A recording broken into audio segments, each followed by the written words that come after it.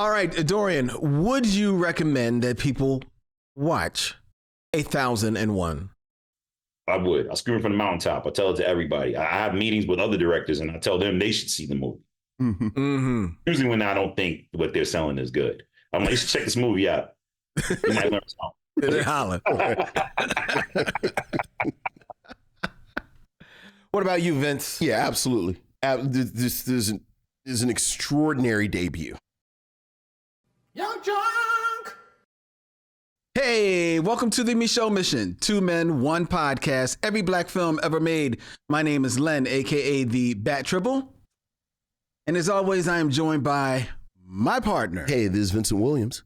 Tonight, ladies and gentlemen, we're there. We are there. We're here. Yeah, look, It man. is the 400th episode of the Micheaux Mission.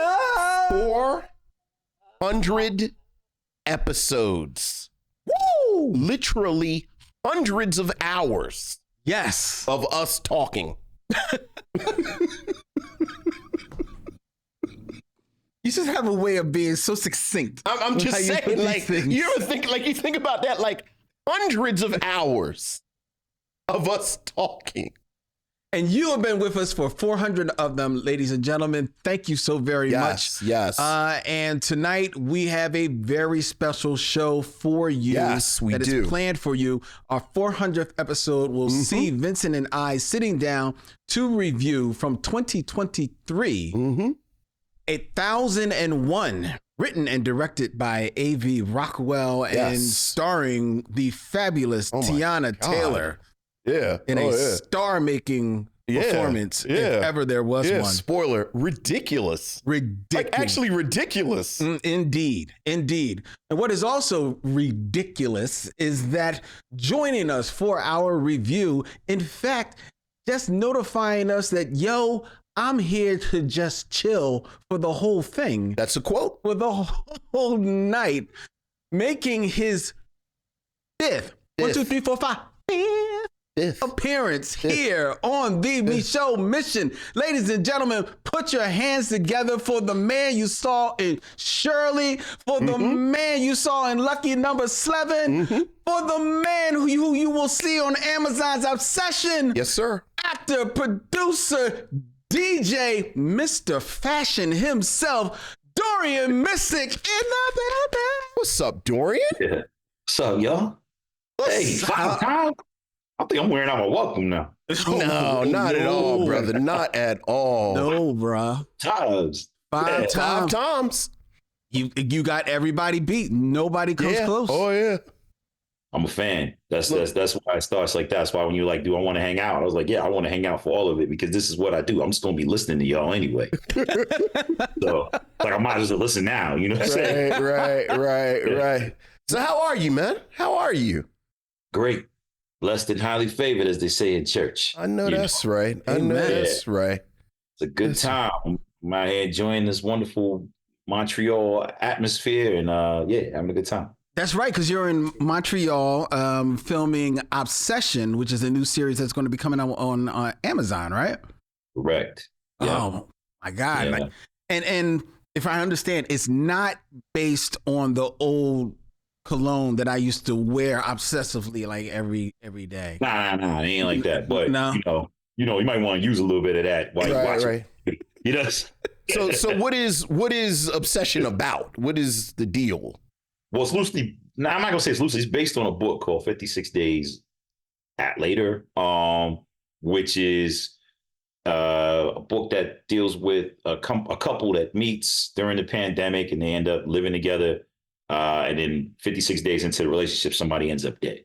And the second half of the book is about the investigation and how those things unfold and all of that kind of stuff.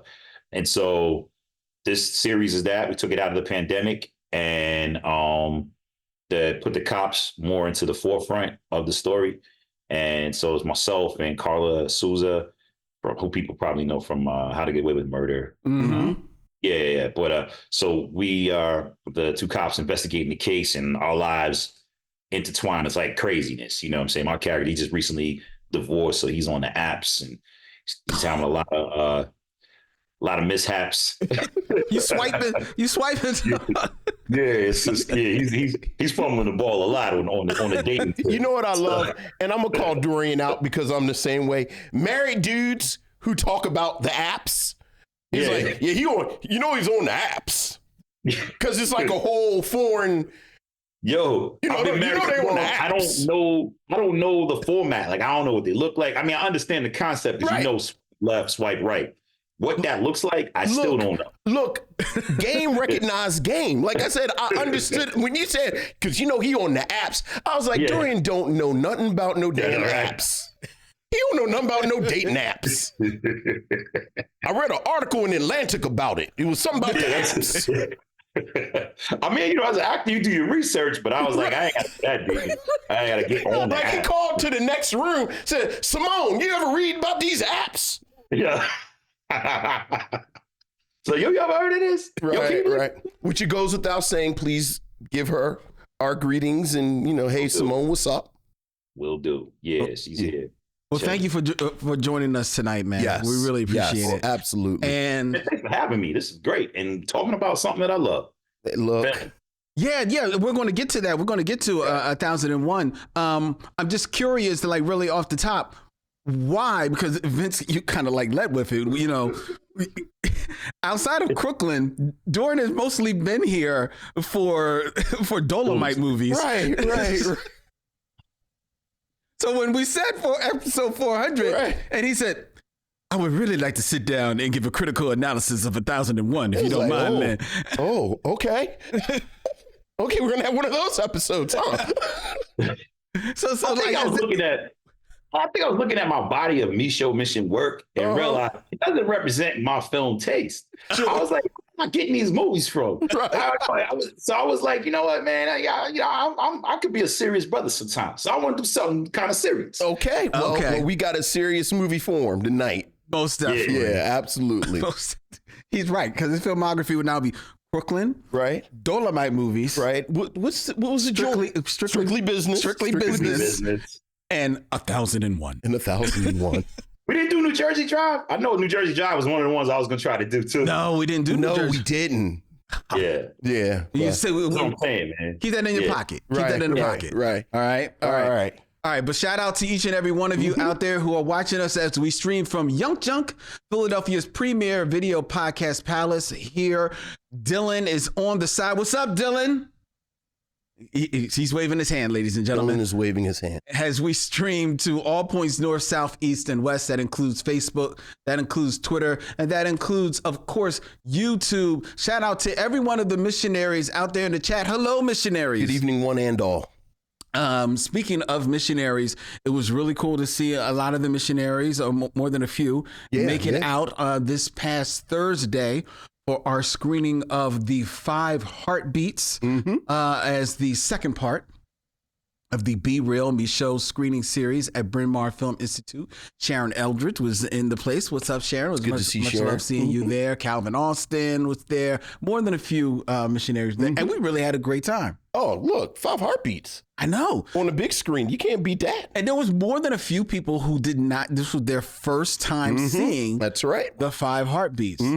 Yeah. And a lot of them said, okay, I can see why this is classic. And I love the people who said they had seen it, but had never seen it on the big screen.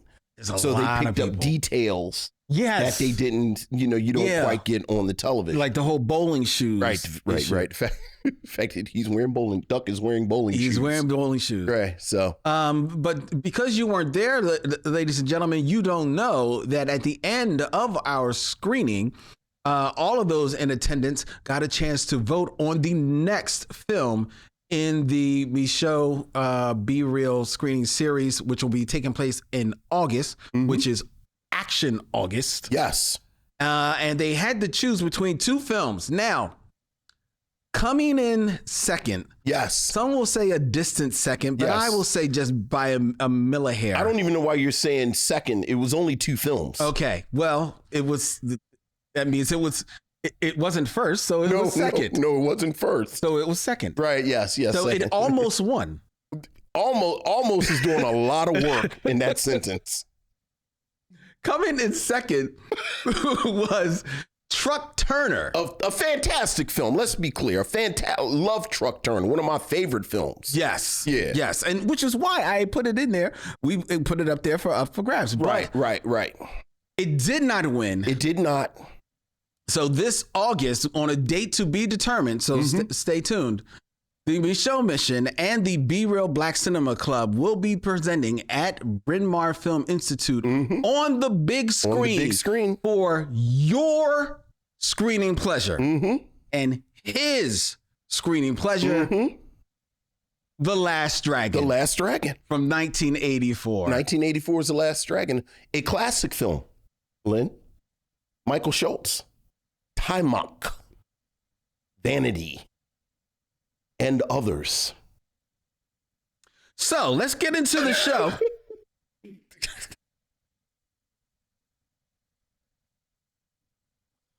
Dorian, if you had to choose between the two. We really have to ask Dorian. We absolutely have to ask Dorian. Dorian is here. Okay. All right. Vanity. I'm watching Vanity all day. He don't even call it The Last Dragon. I call it Vanity. Call it Vanity.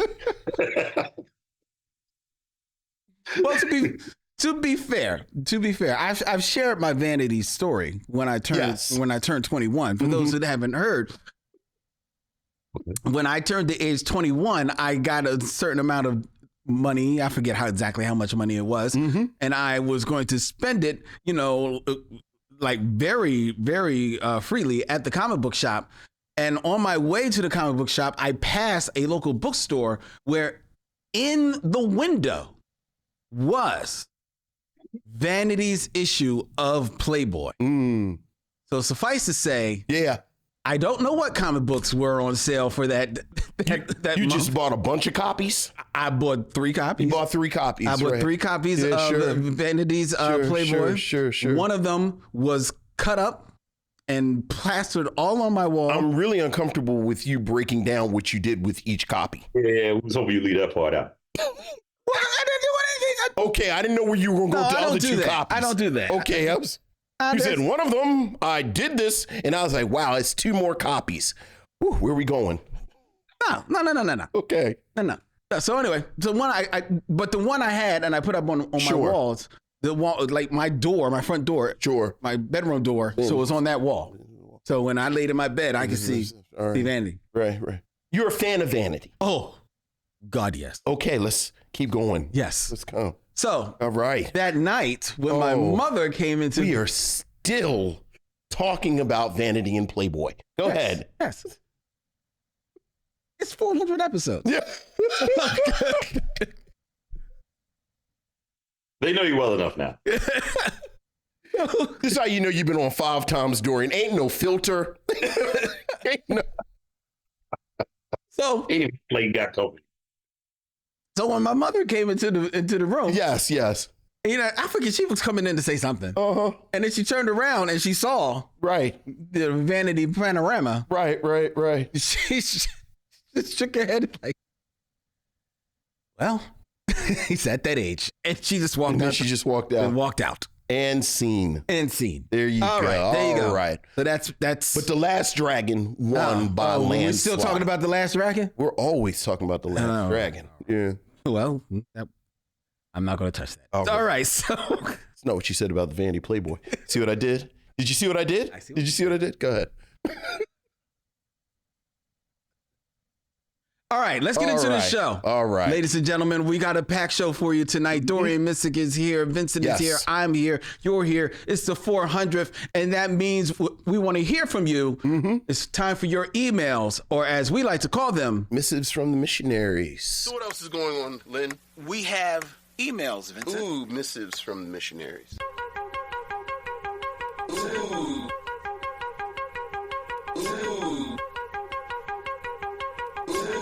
Missives from the missionaries.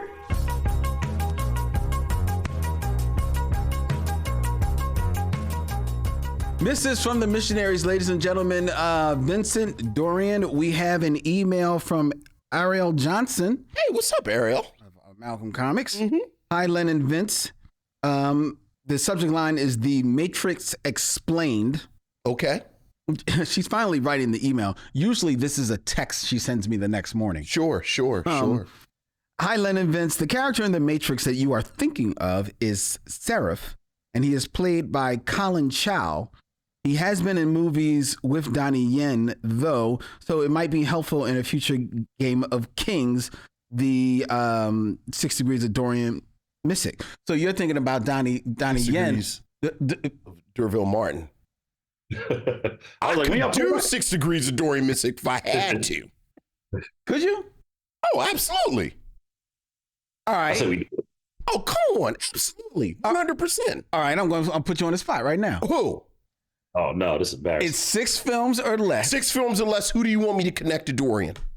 Connect. Okay. No, D'Urville Martin would actually be too easy.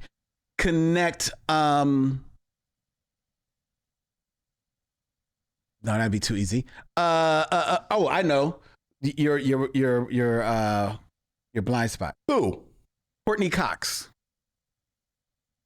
Courtney Cox. Okay. Courtney Cox is in she's in Scream, right? Yes. With old girl. The old girl. No, yes. No. Has a talk show now. Was in E.T. Oh, Drew Barrymore. Drew Barrymore. Okay.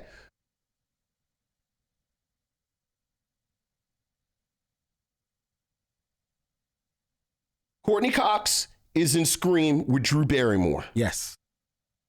Drew Barrymore is in Charlie's Angels 2 with Bernie Mac. Okay. Bernie Mac is in Soul Brothers with Samuel L. Jackson. Right. Samuel L. Jackson is in Avengers Endgame with Zoe Saldana. And Zoe Saldana is in Premium with Dorian. Ooh. Well, he added an extra step. he added an extra step. You could have just jumped when Sam Jackson. I was in Freedom Land. I played Sam's son in Freedom Land. That would have been one less step. See? But the way he still did it. I'm not taking away from you. I'm just saying. Right. Also, I didn't see Freedom Land. Well, very good. There you go. I don't know if that one's black enough. Yeah, it is. I think it is. Very good, Vincent. There you go. All right. All right. Well, They get an extra one today. They got an extra. 400, yeah. There you go. It's a remix just for this episode, yeah. But what Ariel was pointing out was you Was mentioned my ambient racism mixing up 2 Asian men? Is that what Ariel is pointing out? that is pretty much. Vincent, you are racist. I'm sorry. She continues that I finally watched Ava DuVernay's Origin, Yeah, good stuff. and wow, it left me with a lot of feelings. As always, I love tuning in to hear you two do what you do. Awesome work, friends. Ariel. Thank you, Ariel. I know she hasn't caught up in real time, but we have reviewed Origin, and that was a fantastic episode. Of a fantastic film. And I underappreciated film. It was. It really It was. underappreciated film. That was a good movie. All right. All right.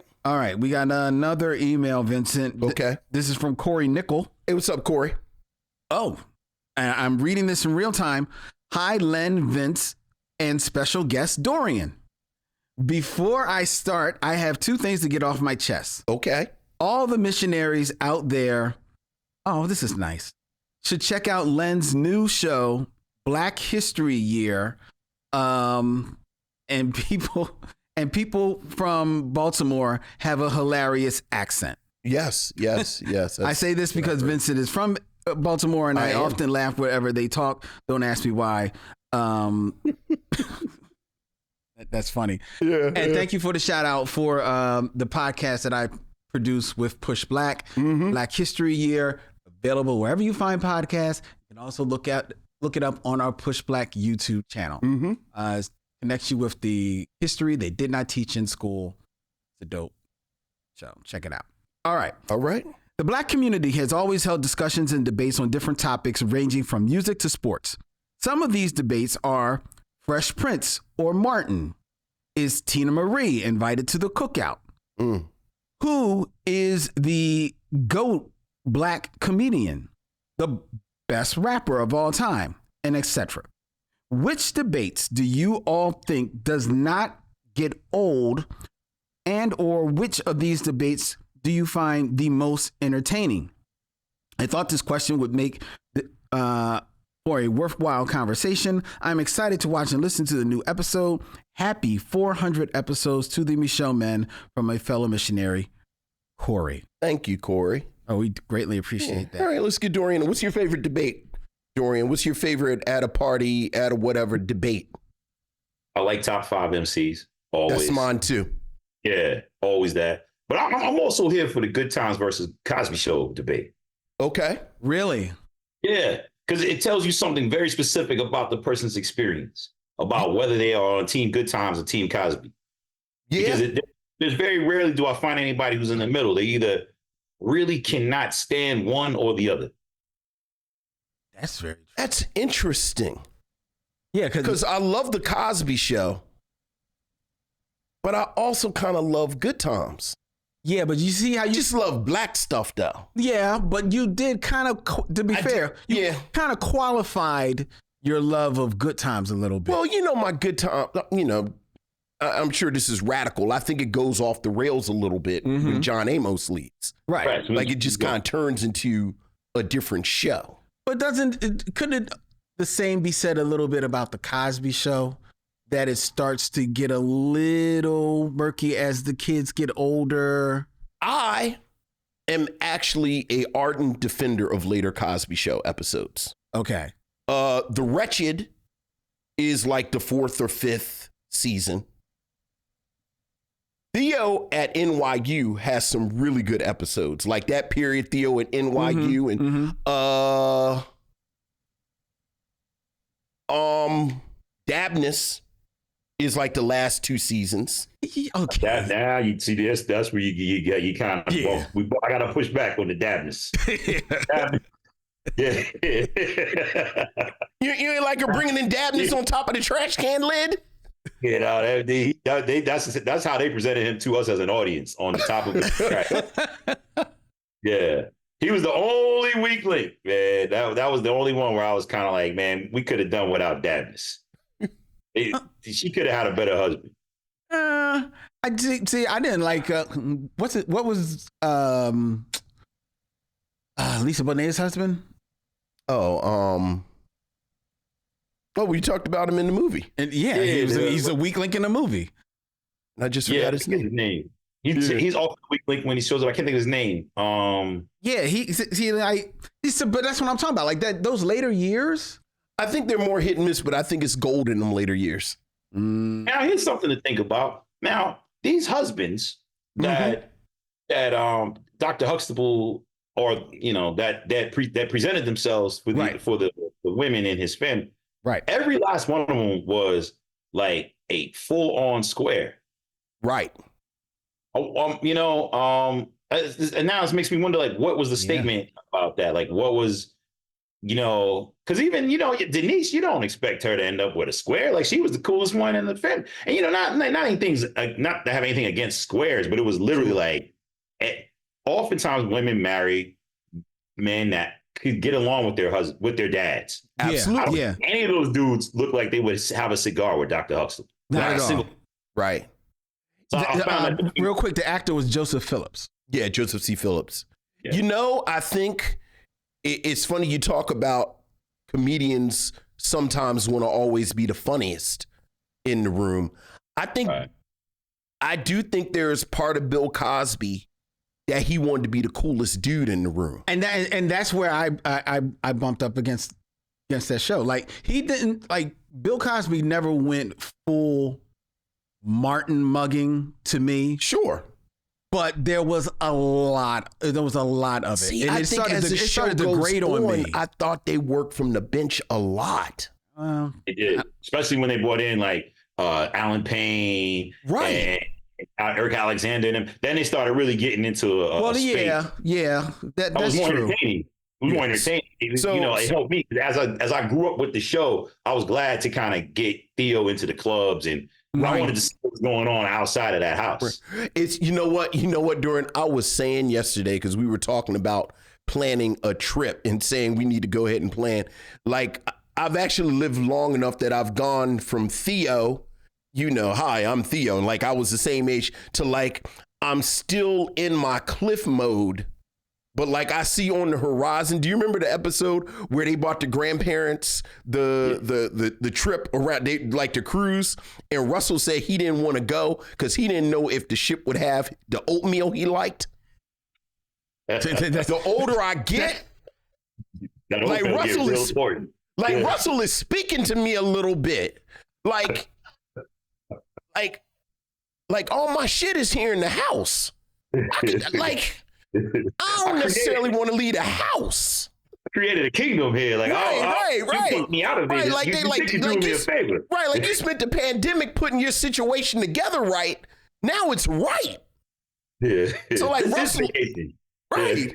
You understand, when I come home, I'm getting away from y'all. Right. So Russell said, I don't know if I want to go on a cruise because they ain't have my oatmeal. And I said, you know what? He's spitting a little bit. Like, that's a bar. So, okay. I hear you. I'm saying. But you were team Cosby? I think I'm more team Cosby than because I think they have stronger seasons. Because like you said, once John Amos left, I would tap in sometimes on Good Times and be like, what is going on? Who are these people? Mm-hmm. I know. And so it went too far off the rails for me. And my experience was a little closer, although it was definitely not the same, but a little closer to the Cosby experience. Sure. I really didn't know that. I thought that was as rich as black people got that were not Magic Johnson or Michael Jordan. Right. Or Michael Jackson. I thought that was as rich as you could get. Right. Without fame. So I wasn't rich like that at all. Right. But I was like, I aspire to live a life like that at some point as an adult, till I realized that there's a bunch of black people living like that. It wasn't in my close atmosphere. Sure. But you said it said something to you about people that maybe ride with Good Times. What exactly is that saying to you? Oftentimes, don't you hear the argument when people say, well, I didn't like Good Times. I don't like Cosby Show because I couldn't identify with the Huxtables. Like, there were people who I felt like there is an innate, I don't want to say jealousy, but it's interesting. Jealous probably is not the right word, but where people kind of look at it like, how dare they show this? I didn't know those black people. That was like a lot of the argument that I hear say.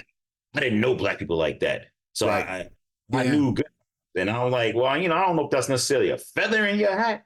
Yeah. But it's just, you just speaking to your experience. But it seems that oftentimes when people are team Good Times, they are adamantly not team Cosby. Right. Yeah. Right. They can say like, this is a fairy tale. Right. Exactly. Yeah. And to me, I was like, well, that speaks more to like your personal experience. And you receive that in a way that I'm not receiving it. Right. You know what I'm saying? Like, yeah, I didn't grow up like the Cosbys either.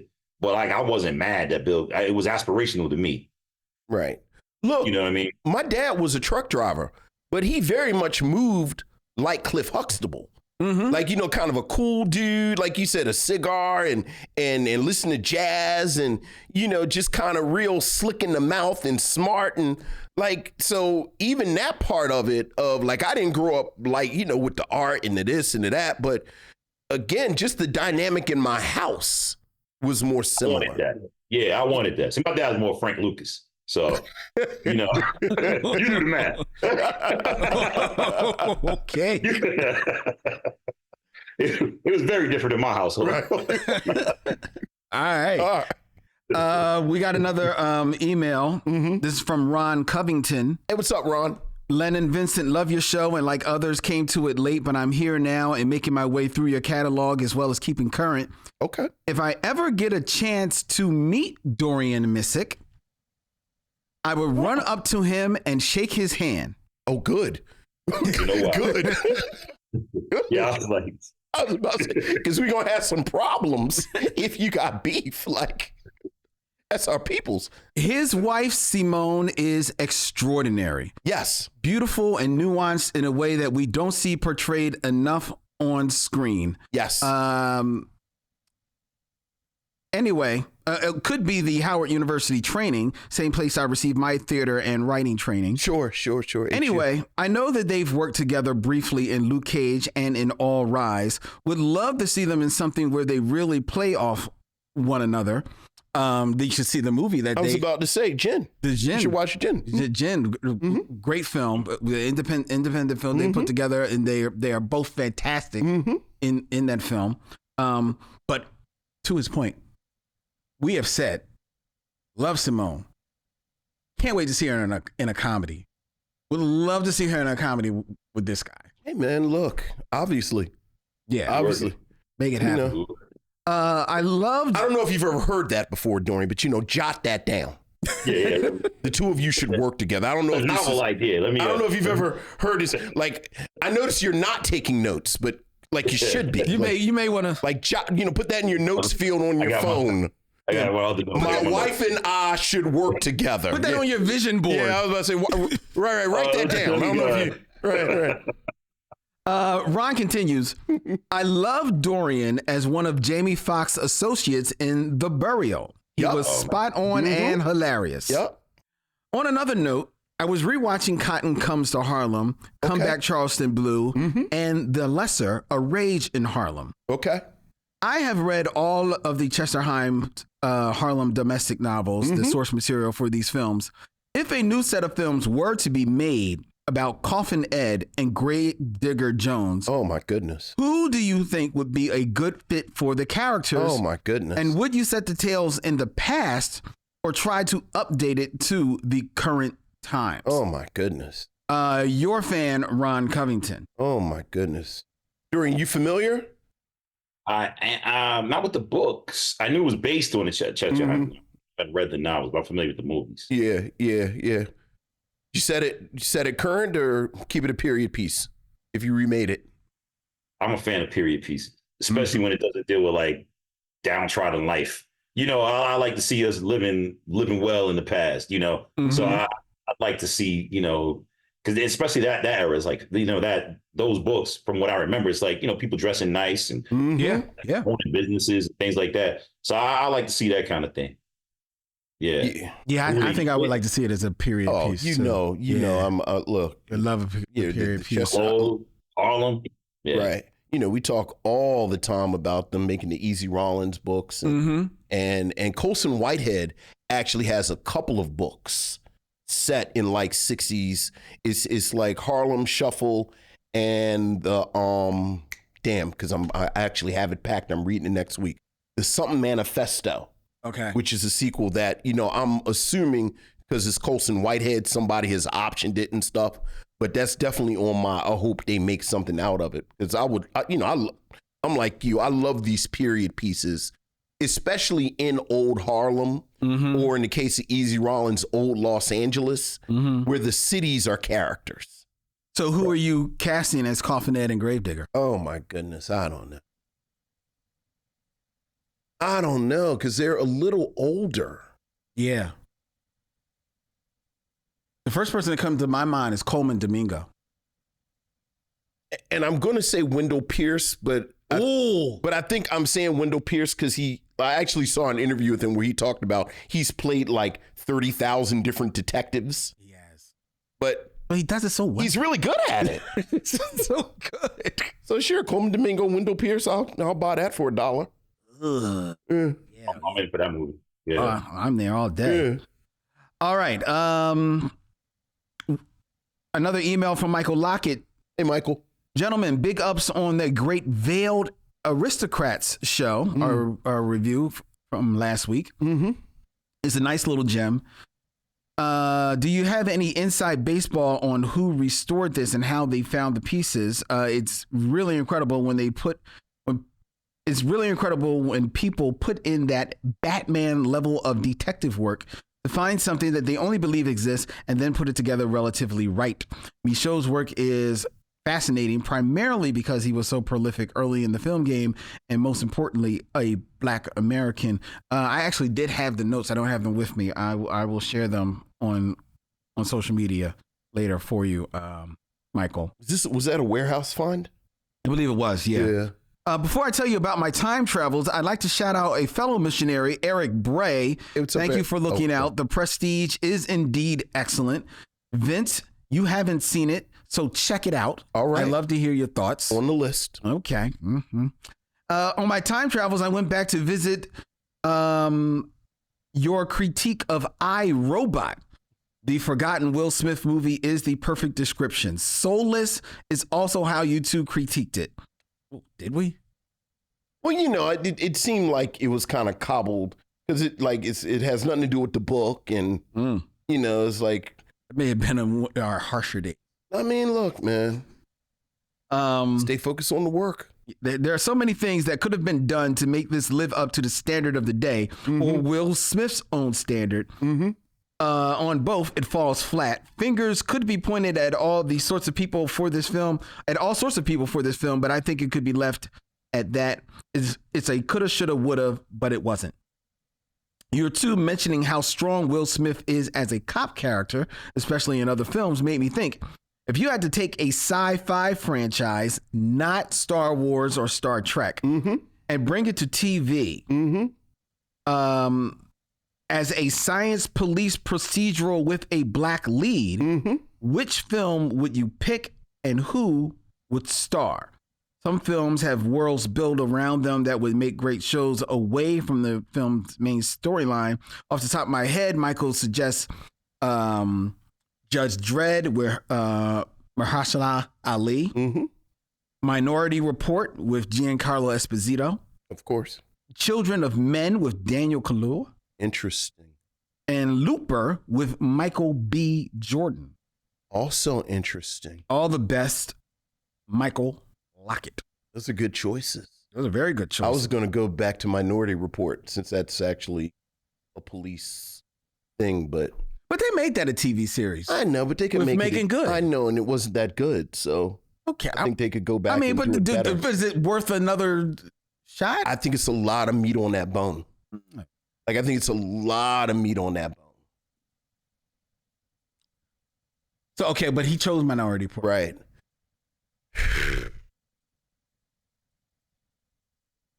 You know what? I'm going to pick a wild choice. Okay. I think Demolition Man could work. Oh, the Judge Dredd wannabe. Yeah.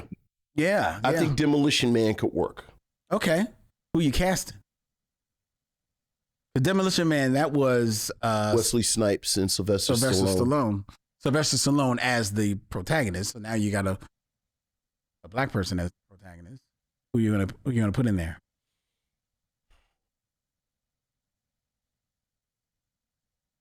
A little older, a little gritty.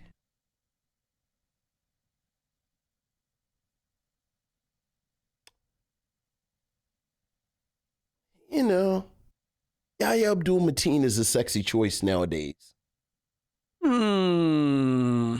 Okay. I feel like I'm not really in a... I don't know. Dorian, who we casting? I like Yaya. He's got some weight to him, but he does feel a little young. Need somebody a little older? I feel like maybe because I know him to be young, but because he does have weight though. He carries weight. Yeah. I don't know if I see. I mean, that. Maybe Idris Elba. Idris? Yeah. I mean, that's probably about the age you would want. Yeah. And he seems like somebody who could be kind of out of time. Yeah. Okay. All right. Idris not bad. I mean, Idris, all right. Oh boy. I'm always going to champion. Okay. For what could have been. Okay. The Adventures of Pluto Nash. What? Yes. Oh, could have been. I got what you're saying. I'm telling you. This is one. I'm telling This is you, one. if done right, The Adventures of Pluto Nash, just a weekly series. Weekly series, Pluto Nash. Sure, yeah. Yes. Look, kind of like Fallout. Do it like Fallout. Exactly. Yeah, all right, there you go. All right. Now, who am I going to cast though? Who are you going to cast? That's the question. So it's got to be somebody with a name to get it made. Got to get made. So it can't be like too much of an unknown, right? Got to be funny. Got to be funny. Got to be able to do action. Yeah. Got to be able to do some action. At the top of my head, I was gonna say Lakeith, but he might be a little older now already. Older. So We'll go a little younger. Did you watch Mr. and Mrs. Smith? no, With Donald Glover and no, I didn't. I I'm didn't sorry, watch I it. forgot his name. Did you watch it? I've watched like 4 episodes. It's Was it not good? bad, but I have drifted. Okay. So I was wondering how you felt about Action Donald Glover. Actually, Donald Glover's not bad, and he, you know what, he would probably, put his own spin on it. Yeah. And might give it a nice little quirky vibe to it. I would watch that. Action Donald Glover. Yeah, Donald Glover. Would right. you watch Donald Glover in The Adventures of Pluto Nash? Be honest. I mean, I would, but quite honestly, I'm not watching Pluto Nash because of who's playing Pluto Nash. I'm watching for the design. Well, okay, yes. But sure, fine. Yeah, absolutely. All right. All right. I'm always going to champion. Yes, that's your one. That's my one. All right, we got one more email. It could have worked. It just absolutely did not. Just absolutely didn't. It didn't. I admit it didn't. Right. But I saw what he was going for. That's all I'm saying. There's a spark. There. That's all I'm saying. That's my feeling about Undercover Brother. Where I was like, man, what a great idea if they should be, and not the comedian who was the lead. Eddie Griffith. Eddie Griffith, yeah. Eddie Griffith, I felt like he was a little too hijinksy. You know what I'm saying? I think we needed somebody a little more on earth. And I feel like Chappelle could have maybe carried that on earth feel. Yeah.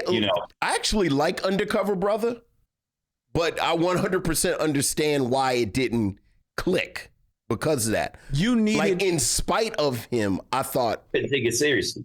Yeah. You needed Eddie Griffith in the same speed that he is in, was it Jason's Lyric? Where he's like the bull. He's but you need him at that speed. Yeah. Where he's kind of amped up, but he's still a little bit laid back. He's pulled back. That's the speed you need him for Undercover Brother. Yeah. All right. Okay, I'm sorry. This is a controversial take. Cat Williams in that role.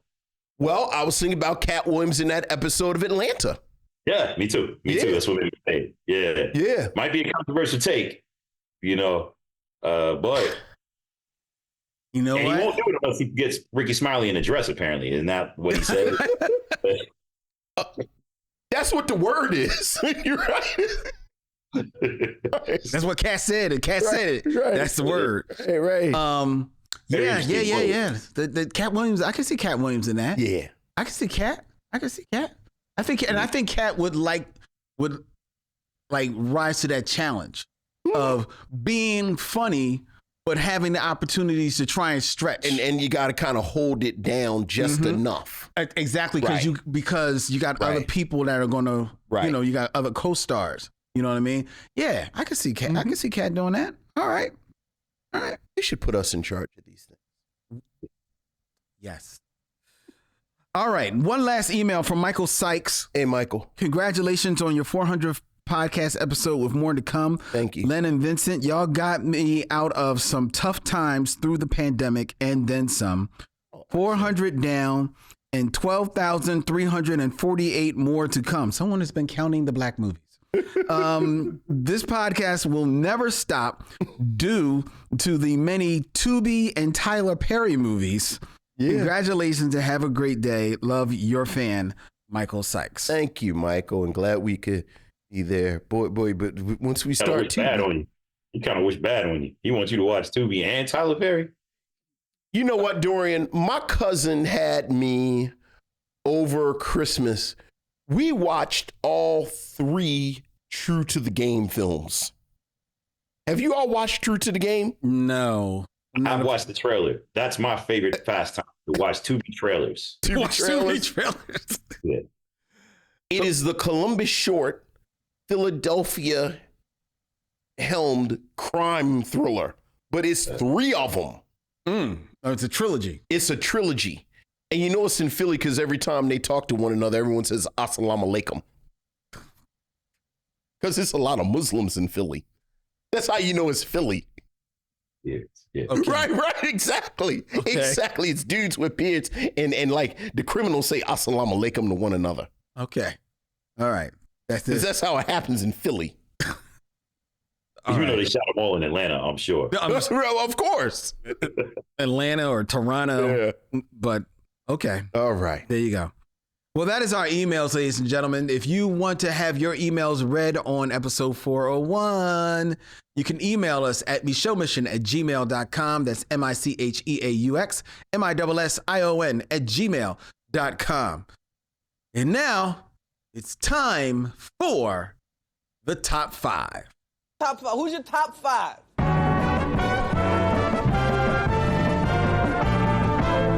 top 5 is. My top 5 is. My top 5 is. My top 5 is. Top 5, ladies and gentlemen, where I give Vincent and our very special guest, Dorian Missick, a list, and they share their scintillating commentary on said list. Keep it in theme, gentlemen. Okay. We are going to be reviewing from 2023, 1001, starring Tiana Taylor as a mother grappling with raising her son in 90s Harlem. This top 5 are the top 5 mothers we need today. These are 5 slept on Black films that feature prominent and powerful performances of Black mothers. Okay. All right. All right. All right. What we got? And coming in at number 5 is a film that I feel like people talk about and herald, but I think it's fair to say, I'll go out on a limb, that more than a few people, if you're under 35 years old, haven't seen this movie. Okay. And that's from 1974, Claudine, the romantic comedy drama directed by John Barry that stars Diane Carroll, Lawrence Hilton Jacobs, and all of James Earl Jones. Yes. The film was released in April of 1974, grossing about $6 million as a modest hit. It tells the story of Claudine Price, a single Black Harlem mother living on welfare with 6 children, who finds love with a garbage collector, Rupert "Roop" Marshall, played by James Earl Jones. The pair's relationship is complicated by their poverty, the restriction of the welfare system, and the hostility of her children, especially her eldest son, Charles, Lawrence Hooker Jacob, who believes that Roop will leave their mother just like her previous husband. Vincent Canby of the New York Times wrote that Claudine is a first-rate American comedy that gives stature to a popular film. The difference between it and dozens of television comedies is the difference between interests, to say nothing of the talent. It is also the first major film about Black life to consider the hopes, struggles, defeats, and frustrations of Blacks who aren't either super cops, super musicians, super studs, super pimps, or super pushers. He wrote that in 1974 about Claudine, a certifiable classic of Black cinema. Oh, yeah. But I think it's fair to say that at now, 50 years later? Sure. More than a few people haven't seen this film. It's worth revisiting. Oh, I mean, absolutely. I mean, this is blue chip filmmaking. Yeah. Yeah. I mean, I'm assuming you love Claudine. One of my favorite movies of all time. A film that my wife and I toyed with the idea of redoing, actually. You know. Okay. Yeah, I kind of look at it like, you know, it's a reflection of our relationship because she's very Diane Carroll, very pulled together and elegant. And I'm, you know, James Earl Jones in that film, who's like kind of a bumbling barrel guy. That's me in a nutshell. So, well, you know, I joke around. I'm like, yo, that's us. We Claudine. Right. You go, yeah. Look. I would love to see that. Well, here's the thing. Yeah. It's a film that we talk about are classics. Mm-hmm. And there are certain films you always say, they're like, well, it's a classic. Why would they remake it? Mm-hmm. But that is a movie that's one of those movies that you could see possibly being remade, maybe if not for the theater, maybe for streaming, just to reintroduce people to that story. Well, and then this, I mean, appropriately enough for tonight, like one of the subtexts of Claudine is how capitalism in the system are actually hostile towards poor women who are trying to be mothers. Yeah. Like it's like 1001 is in a lot of ways almost a descendant of Claudine. Oh, yeah. So yeah, it's absolutely a film that is relevant. Also, my favorite blaxploitation soundtrack. Claudine. This Claudine soundtrack is my favorite blaxploitation era soundtrack. Now, I am surprised to hear you say that. I would have thought you said a hero ain't nothing but a sandwich. Have you listened to that soundtrack? And you're a jazz man. I am. And I do love A Hero Ain't Nothing But a Sandwich. But I do. I look. I love I love Gladys Knight. I can say the Gladys Knight thing. I love Gladys Knight. And it's a jamming soundtrack. It is jamming. You know, and quite honestly, and here you go. Here's the sacrilege. All right, I'm about to get in trouble right now. It's not a lot of great Gladys Knight albums. No, there's not. Like just whole albums. You're absolutely right. Like, you know, what is it? Imagination, like the joint, the white cover joint with all of them. That's a great Gladys Knight album. But what are the other great Gladys Knight albums? So, you know, that's my other thing about Claudine. I don't think you get in trouble for that. It's a fair statement. Okay. A lot of great songs. A lot of songs. And not even great, classic songs. But if you were to buy an album based on one of those songs, you would be like, oh, man, I should have just bought the 45. Right, exactly. Like, you know, not a lot of deep album cuts like you get with other people.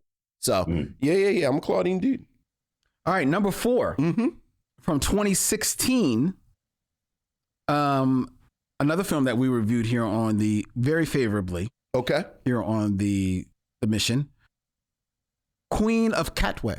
Queen of Katwe. Yeah. Yeah. Directed by Mira Nair and starring Lupita Nyong'o and David Oyelowo and Medina Nwanga. The film depicts the life of Fiona Mutusi, a girl living in Katwe, a slum of Kampala, the capital of Uganda. She learns to play chess and becomes a women candidate master after her victories at the World Chess Olympiads. Her mother, Naku, played by Lupita, and the younger members of her family, she helps them by selling maize at the market and taking care of her baby brother. And it is only her chess coach, Robert Kante, at a missionary program, who sees what she has, the skill that she has, as well as a bunch of other kids, and puts together a group, a chess playing group, and guides them to seemingly victory.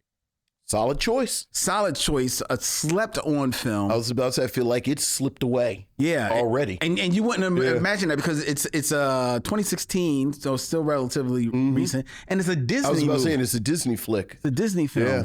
And it made a lot of money in the theaters, apparently. It did really well. It was maybe kind of a flash in the pan sort of situation. Right. It was a successful film, but I don't hear many people talking about it anymore. Yeah, it's a shame. And it's a shame. It's a real shame because it's a beautiful story. It's and what I like about it is it's typical sports story for the most part. Sure. And it's a slight twist, but it's a typical sports story. But it makes no apologies for the setting that that is in. You know? Look, part of the reason I love it is because it's a film set in a country in Africa in the 21st century, and it's not people running around with machetes. That's right.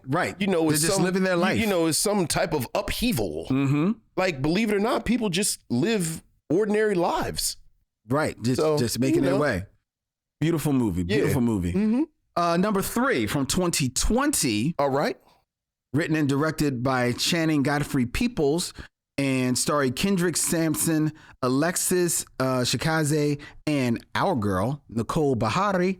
It is Miss Juneteenth. It's Juneteenth. The plot follows a single mom and former teen beauty queen who enters her daughter into the local Miss Juneteenth pageant. Turquoise Jones, played by Bahari, is a single mother in the Fort Worth, Texas. She enters her 15-year-old girl, Kai, played by Chikaze, into the same pageant despite her daughter's obvious lack of enthusiasm. This film marked the return of Nicole in a starring role, who appeared in few productions after her abrupt departure from the Fox series Sleepy Hollow. That bullshit. Like a pageant winner walking across the stage, the Rotten Tomatoes Metacritic says Miss Juneteenth follows a familiar path, but does so with charm and grace. We both loved that movie. Absolutely loved that. And you know I love Nicole Bahari, and you know, like, I'm getting angry right now thinking about what happened with her on Sleepy Hollow. Yeah. So yeah. I'm assuming Miss Juneteenth. I agree. Love it. Yeah, love it. It's my favorite kind of movie. You know, those quiet slice of life films about people doing, you know, relatively extraordinary things and you know, in just really, really normal situations. Right. I like those films where you feel like they just drop you into somebody's world and you just kind of got to figure it out. And you know? and you're absolutely right. You're dropped in. You know, it's smart because it.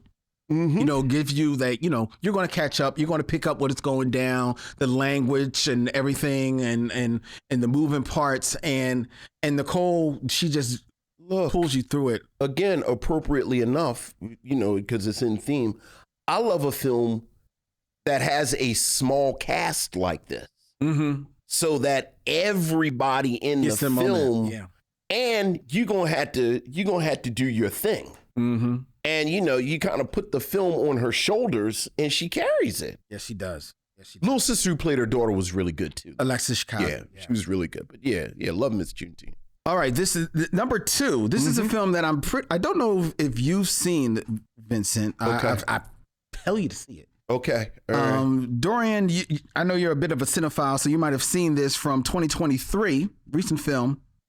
Written and directed by Raven Jackson in her feature film directorial debut, All Dirt Roads Taste of Salt.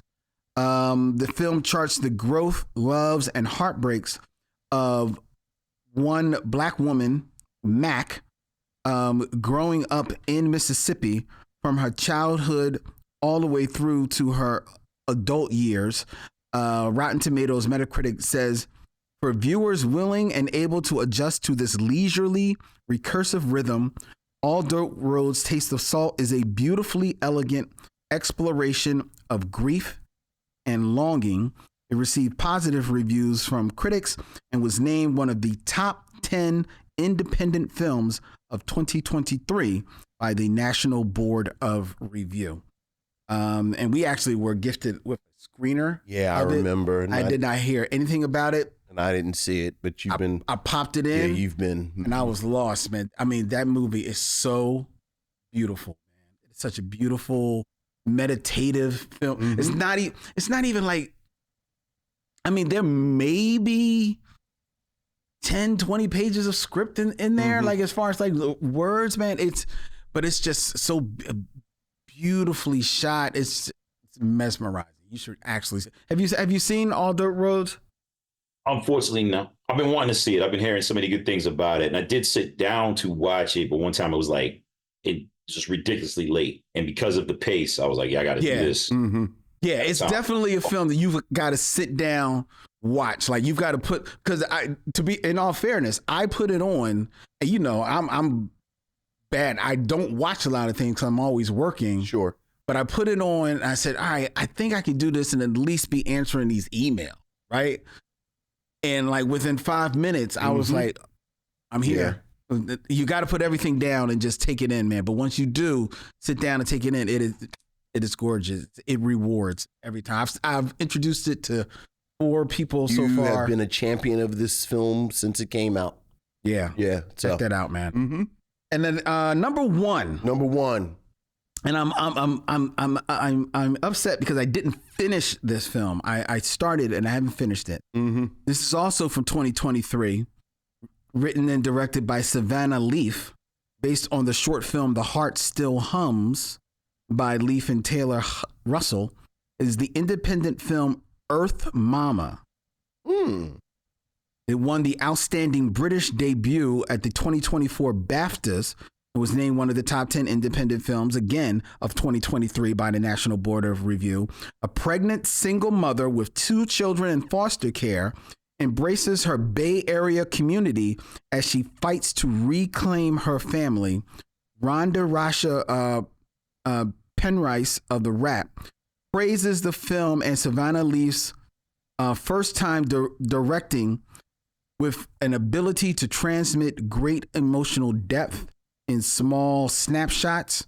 It is a quiet film, but it never once loosens its grip and operates on an intimate register, a level that speaks to its characters instead of about them. I just really want to. I sat down to watch it, and I wasn't able to finish it because some things came up. But I saw what everybody was talking about. Okay. It's like, and it's got that independent spirit, like, a lot of close-ups and things like that. But it actually put me a little bit in mind of the film we're going to be watching, 1001.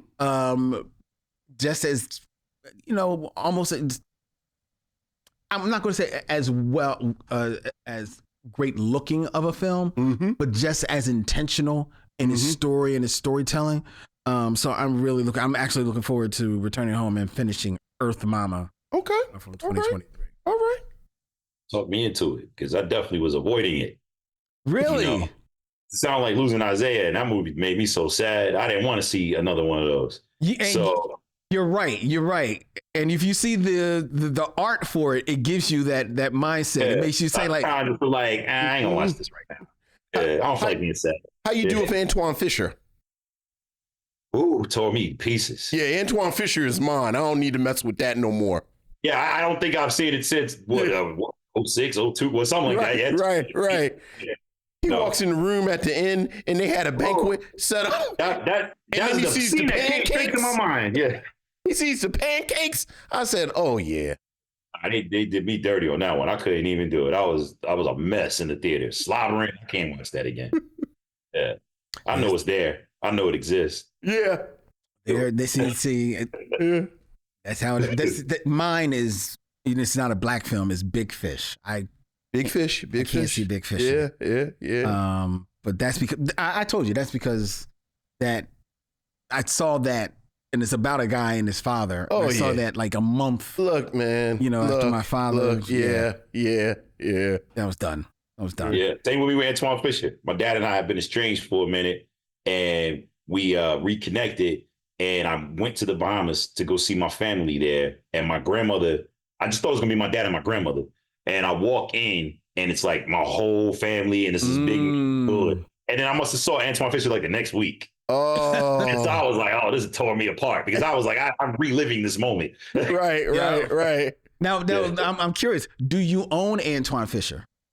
Yes. See, yeah. That's the same with me. Big Fish is right there.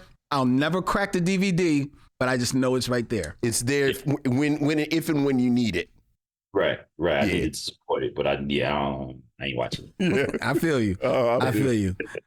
All right, ladies and gentlemen, that is our top 5.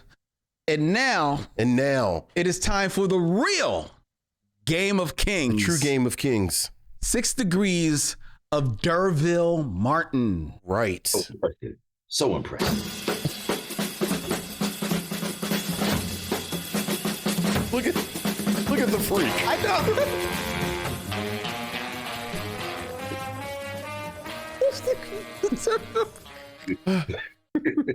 What you gonna do now? Dance. But can you do it on one foot? Right. Step on up. Step right up. I'm gonna light some firecrackers. See, can he still do it? Right. I'm gonna stick you with pointy sticks. Oh, 6 degrees of boy. dirt. Don't feed him. 6 Degrees of Derville Martin, ladies and gentlemen, where I give Vincent 2 actors and he had 6 films or less to connect them to Derville Martin, that superstar of 70s stage and film. Mm-hmm. Who we got? Keeping in theme. Theme. What's the theme? We are reviewing 1001 starring Tiana Taylor. Mm-hmm. So Vincent, Yes. connect Derville Martin to these other TT celebrities. TT celebrity. Yes. Interesting. So do you want number 1 or number 2? I mean, let's start with number 1. I'm trying to think Number who 1. the TT. Well, I guess you're going to tell me. In 6 films or I'm over less. here trying to get him to Tina Turner, but go ahead. Here, this is the easy one. Okay. In 6 films or less, connect Derville Martin, 2. Tony Todd, Tony Todd, the Candyman. Candyman Ken. Probably the best way to go. You know the quick way to go. Well, let's be fancy. I don't know if there's a quick way, but, obviously Candyman would be the route that I'd probably pick. But Derville Martin is in 5 on the Black Hand Side with Dick Anthony Williams. Dick Anthony Williams is in Mo Better Blues with Cinda Williams. Okay. Cinda Williams is in One False Move with Michael Beach. Right. And Michael Beach is in Lean on Me with Tony Todd. Well, very good. See, I was going to go Lean on Me, but I was thinking Morgan Freeman. Or Or Robert Guillaume. Robert. Well, Robert Gould. Robert Guillaume is probably a little hard in the Yeah, movies. because, in movies. Yeah. Okay, well, there you go. Very Morgan good. Freeman would, but all right, there you go. All right. I'm curious, who would you have pulled? Oh, you would have, if you had done Candyman, you would have. Vanessa Williams. Yeah, probably Vanessa Williams. Or Yahya Abdul-Mateen. Or, Oh, that's right, because he's in the remake. he's in the remake. Yeah. Okay. Mm-hmm. Yeah. Very good. All right. It's so funny because, Beetlejuice is coming out. Like, I'm not really a fan of white people do things like this and black people do things like this, but it's hilarious to me that Beetlejuice and Candyman are kind of the same film. A little bit, yeah. But like Different. White people think Beetlejuice, like that shit is funny. And black people are like, okay, you need to be real easy with all that.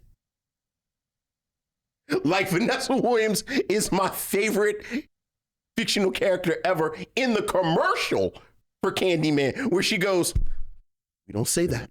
We don't say that. I said, yeah, that's real talk right there. You play too much. Okay. So there you go. All right. Number 2. Number 2, In 6 films or less, TTs is Tina Turner. connect Derville Martin to. She's only been in 1 movie. No, she was in what's the Who movie? What, the Wall? Is that no? It's the one where No, not Roger the Wall. Daltrey plays the pinball wizard. I don't know. Yeah. Quadrophenia? Yeah, because I think Tim Curry is in that. But go ahead. I'm sorry. Okay. Go ahead. You have a plan. I'm just talking. Go ahead. No, it's not Tina Turner. It's not Tina Turner though. Okay, who is it? It's 6 films or less. Okay, Connect Derville Martin, 2. Tracy Toms. Oh, Shorty from Rent. Shorty from Rent. Yeah. So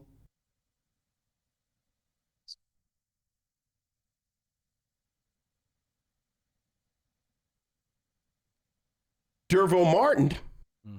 Here we go. Derville Martin is in The Final Come Down with Billy D. Williams. Billy D. Williams is in The Visit. You and that visit. I love The Visit with Hill Harper. Hill Harper Yes. is in Premium with Dorian. And Dorian, Why you have to say it's in premium? with Dorian. And Dorian plays not Rooster Yeah. in Black Annie with Tracy Tom, who plays not Bernadette Peters. Because remember, Dorian was the terrible father who came and kidnapped Black Annie. I said, oh, Dorian, you a dirty mom. I can't believe you came and kidnapped Black Annie. Miserable. Don't you know when I found out that Tracy was playing opposite me, I was like, oh God, she's a Broadway star who sings very well. Are they going to ask me to sing?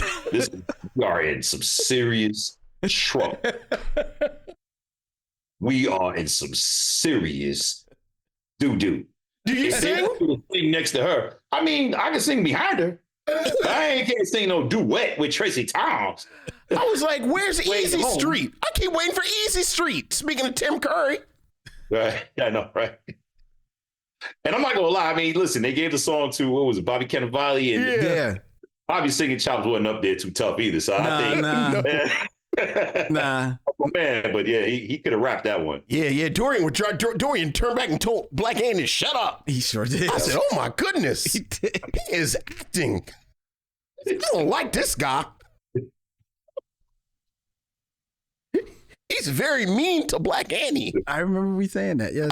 We said that. That's actually what I said. I said Dorian was very mean to Black Annie. I had a friend of mine whose daughter called me. She's like 7. And he was like, she needs to talk to you, man. And it was very serious business. And I was like, what's going on? She was like, well, you know, when you took Annie, why didn't you just ask her if she wanted to go? Why you take her? And I was like, wow, that's a very insightful question. Yeah. More for the writers than it is me. Right. Right. Because the script said. Because the script Right, said, yeah. it actually says, the direction said, be mean to Black Annie. Because it's Black Annie, you know. Oh, God. All right. Well, there you go, Vincent. Yeah. Well done. There you go. Well done. Another film where the system fails a Black child. At the hands of some white folks. No, I'm joking. Well, yeah. Annie is real tricky. Yeah, Annie is real tricky. My wife and my daughter teased me because I actually yelled out in the theater before we got to the part where you were mean to her, where you find out, spoiler, she can't read. I actually yelled out, oh, Lord, the baby can't read, because that broke my heart.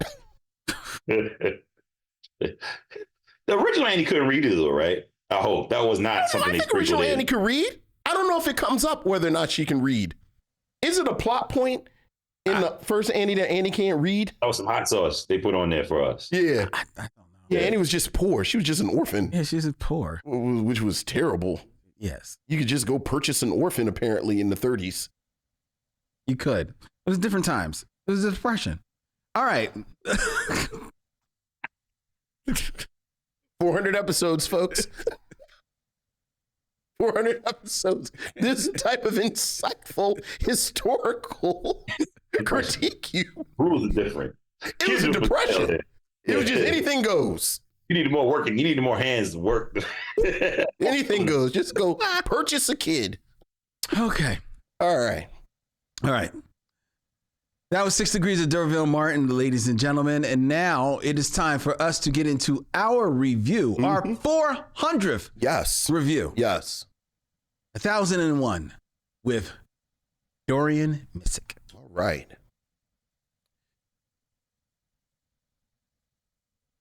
Unapologetic and free-spirited, Inez kidnaps her 6-year-old son, Terry, from the foster care system. Holding on to their secret and each other, mother and son set out to reclaim their sense of home, identity, and stability in a rapidly changing New York City.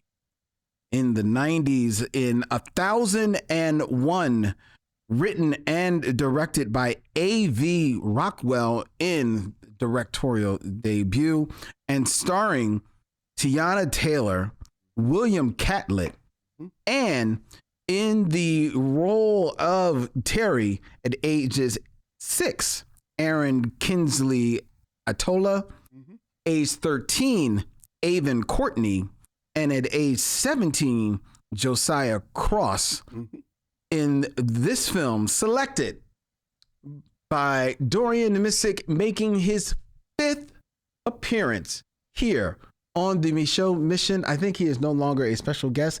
He is now officially our co-host, Dorian Missick. Dorian, what say you of 1001? Yes, hands down. My film for best, my vote for best film of 2023. It was, and a lot of good stuff came out that year. So that's a big statement, you know. But yeah, I think it was obviously very slept on. I don't think they had the budget to really go after the Oscars as they could have, as they should have, because I saw Tiana's name on a lot of the short list, you know, based on critics, what they thought. But I just don't think they had enough money to push it over the finish line. But yeah, no, I thought it was just I thought it was a film that just captured, like you said, you know, single motherhood, the need for family, this woman's need for family. It's like, what would you do to have a family? Yeah. And she just it's so far. She took it so far. And also just, I like New York as a backdrop because I witnessed firsthand gentrification and watched city change exactly like that. So I thought that was beautifully done. The performances were incredible. I mean, a lot of the kids, I feel like, were first time actors, and maybe they weren't, but they seemed like they were, and they stood up and really handled themselves. I mean, all the different boys that played the sons at different ages, every last one was superb. So I just thought it was one of those films that I was like, man, I feel like it needs so much more attention. More people need to see it because it was just so well done. I can't wait to see what this director does next. Yeah. It's one of those films where you read that as their directorial debut, and I'm like, get out of here. This is like, but it's just a feature film debut. Yeah, It's done short films and commercials, but but I mean, the eye on this film and the script is just amazing. What did you think? I mean, pretty much the same thing. I'll start with the kid actors, and I'll go ahead and because I thought the same thing about this character at these 3 different ages. And you know, you have Aaron Kingsley Adatola, who plays him when I think he's like 6 or 7. Right. That's who we meet. That's who we meet. There's Avon Courtney when there's a flash forward and he's like 14, 15.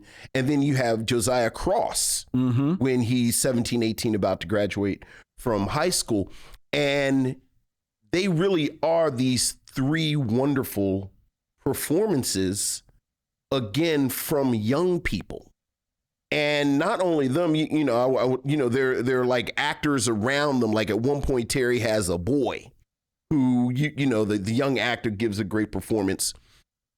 I love the 2 girls that play his love interests at like 14 and 18. Oh, yeah. Like, I love them. And, talking about films that it kind of reminds you of this, that, and the other. Like, I wanted the camera to almost follow the girls, and it was almost like just another girl on the IRT. I was thinking about that as well. It was like, just their spirit. And, there's an exchange where Terry is trying to get her to call him and this, that, and the other.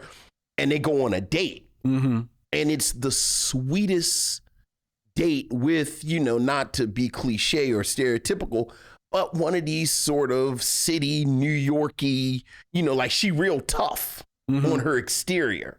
But you can tell she really is kind of putting him through the paces and making him earn it. I've been a big fan of William Catlett, quite honestly, I can't even say like I'm the cool guy, or like on Black Lightning, frankly. Yeah. Like I saw him on Black Lightning and I was like, wow, he's frankly doing much better on this than he needs to. Yeah. Do you not know this is a CW it's like, show? Wow, you really doing work right now. And like since then, I've seen him in a couple of projects and I thought he was fantastic as Lucky. But look, man, the story of this film is Tiana Taylor. Amen. Amen. And you know, as they say, I was not aware of your game. Like I did not know. Like you know, I don't look. You know, Tiana Taylor, and I, you know, she's sort of a celebrity, and you know, and it's the abs, and you know, like, but I mean, look, I'm just being real. Like Tiana Taylor on my radar she's a celebrity. You know, I wasn't quite sure what she did, and then the abs. But like, I didn't really know about her. Right. So I was completely taken aback by just how, like, this was phenomenal. Yeah. And speaking of, like, you know what it made me think of, speaking of these actors at 3 stages, like the highest praise I can give her over the past 10 years, I actually wrote in my notes, this is some Naomi Harris in Moonlight shit. Like just... Again, this actress with all these different shades, all these different, like, is such a lived-in actual character that it really kind of took my breath away. And then, you know, the story itself, kind of like you mentioned, like this sort of, you know, it's poor people kind of dealing with this world that is hostile towards them for being poor. Like, you know, we've mentioned this before every night. Like one of the things that infuriates me is like these blonde side stories where, you know, white people come in and adopt black kids. And, you know, if you just watch movies and media, you think it's just poor little indigent black children everywhere. And white people come and get them. Come here. Because we don't talk about the unorthodox, extra legal kind of sideways that black people have always taken care of children. Like we've all, like everybody sitting here got a cousin or somebody whose mama is really their aunt. Or you know, somebody on the street took in somebody, or just one of these, because that's what we do. And a lot of times we have to do it this way because when you go through the system, when you start filling out paperwork, things get kind of jammed up. So that paralleled with, which I thought was so smart, the way Rockwell kind of sets up, like you said, how gentrification slowly but surely is another hostile force. Yep. And you just see I it thought it was slowly absolutely brilliant. creeping in from the edges throughout the entire movie. Look, towards the end, where the social services people, the police converge on the apartment that's been falling apart because of what this in real time. With the movie. I was like, this is amazing. So yeah, I have nothing but praise for this film. I mean, every little detail was just incredible. Because I mean, the house falling apart, and then when the social service people show up, it looks like, well, this is the situation in which he's living. So of course we need to get him out of it. Tiana Taylor, the line in the film that I think was just so telling, where she was like, I'm gonna mess it up, but it was something along the lines of like, nobody supports black women except other black women, and even that's a little bit. And even that shit gets messy because ultimately it was a black woman who insisted on turning her in. Right. And he's like, I'm about to be 18 in like 2 weeks. Like, what are we doing right now? Yeah, exactly. Like, it's not even gonna matter. Yeah. And she was like, I just can't sit on this information. I have to tattle. This black woman was like, I have to tattle on this other black woman. Yeah. You know? Right. And it was like, that to me was like almost the theme in the sense where she was like, even at my lowest, the person who will definitely try to do me in could probably be a black woman. Yeah. Yeah. What I really appreciate about this film is that, considering that this is, you know, Rockwell's her directorial debut, writing debut in a feature film, is that this film has the bravery of showing, you know, this story of a woman whose life begins messy and is messy throughout. Right. She is like, she is 100% messy. Yeah. Right. And in some respects, you know, her own worst enemy, despite her good and grand intentions. Right. And sometimes that's how it is, you know, and it would have been very easy at the end of this movie to try and like tie things up in a nice little bow. Yeah. But no, they do not take the easy route in any way. And because of that, everything feels like not just authentic, painfully authentic. Right. Like there's the moment where after she is at just about her lowest, and because she's her husband is gone, and Terry's mad at her, and she climbs into the bed with some ramen noodles and just puts on something for TV. And dog, I ain't gonna lie, I have been there when you are at your lowest and you just put something on and you're not even really like watching it, but you find yourself like, huh, like just laughing at it, just finding something to take your mind off of it. And you can see as she's trying to escape, but stuff is still permeating in her head. And then some of the words of the silly TV show that she's watching, totally silly, but in some way those words start to mean something to her, and a slight smile and tears are coming to her eyes in this quiet, powerful moment. And I was like, dog, I have been there, man. Look, I love the direction. That moment, Go ahead. About that moment, once again, where I say where the director played so much attention to detail is that moment she was watching Ricky Lake. Yes. And it spoke directly to her situation, which I thought was like really interesting, because it was like the woman in the audience was saying like, I do all this stuff for other people and I'm gonna stop doing it because I always end up getting hurt as a result of it. And it was just like, that is how she sees her life, even though she doesn't see how she how she definitely put herself in the circumstances, but she just wanted to have a family. That's all it was. That's all it was. It's trying to rebuild what she didn't have, a family. Literally begged, borrowed, and still stole to have a family. Right, right. Well, to your point, I thought that in a lot of ways, that's almost a microcosm of the whole film. Like the film starts, like I joked about, and again, maybe this is just me. Maybe like, you think of Tiana Taylor, and you think about her just in this kind of limited way. And, the first couple of minutes of the film, she kind of plays this character that you think you've seen before. Like you said, it's on Ricky Lake. She's doing hair, she's real spicy and this, that, and the other. And she's wearing the wardrobe. And she's wearing the clothes.